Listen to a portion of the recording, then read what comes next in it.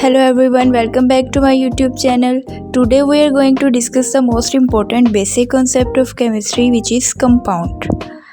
Today lesson we will discuss about the define of compound, examples of compound and the difference between the compound and elements. So let's get started. What is a compound?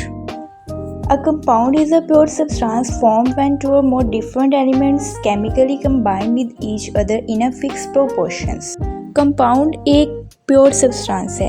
ये तब बनता है जब दो या दो से ज़्यादा मुख्तलिफ एलिमेंट्स आपस में कंबाइन होते हैं फिक्स प्रोपोर्शन के साथ। फॉर एग्जांपल्स वाटर को देखते हैं। वाटर तब बनता है जब दो या दो से ज़्यादा मुख्तलिफ एलिमेंट जैसा कि अब हाइड्रोजन और ऑक्सीजन जब केमिकली कंबाइन होते हैं तो हमारे पास वाटर बनता है। इसे कहते हैं कंपाउंड।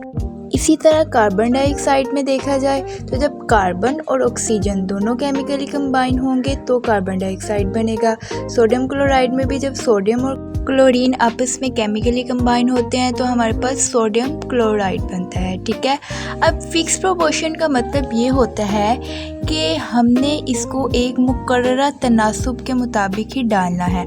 फॉर एग्जाम्पल हम एक सिंपल सी एग्जाम्पल ले लेते हैं।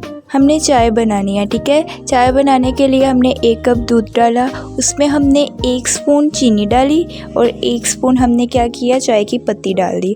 अब दोनों को हमने फिक्स रेशो के मुताबिक डाला है तो चाय का टेस्ट अच्छा आएगा। ठीक है, वो चाय ही बनेगी।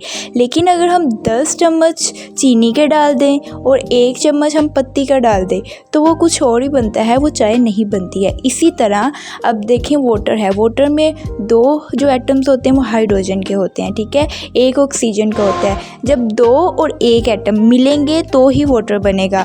ये नहीं कि अगर 4 ऑक्सीजन के हों 4 हाइड्रोजन के हो फिर वो वाटर नहीं बनेगा। ठीक है, इसका मतलब है फिक्स प्रोपोर्शन के मुताबिक ही उसमें होना चाहिए।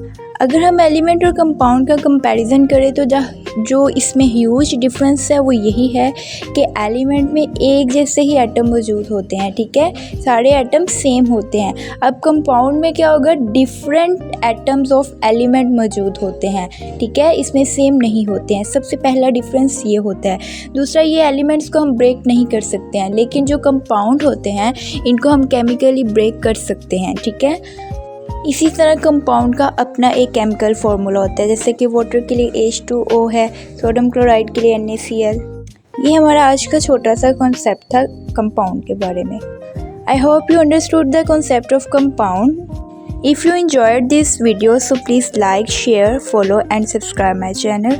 Thanks for watching. See you in next video इंशाल्लाह। बाय बाय, अल्लाह हाफिज़।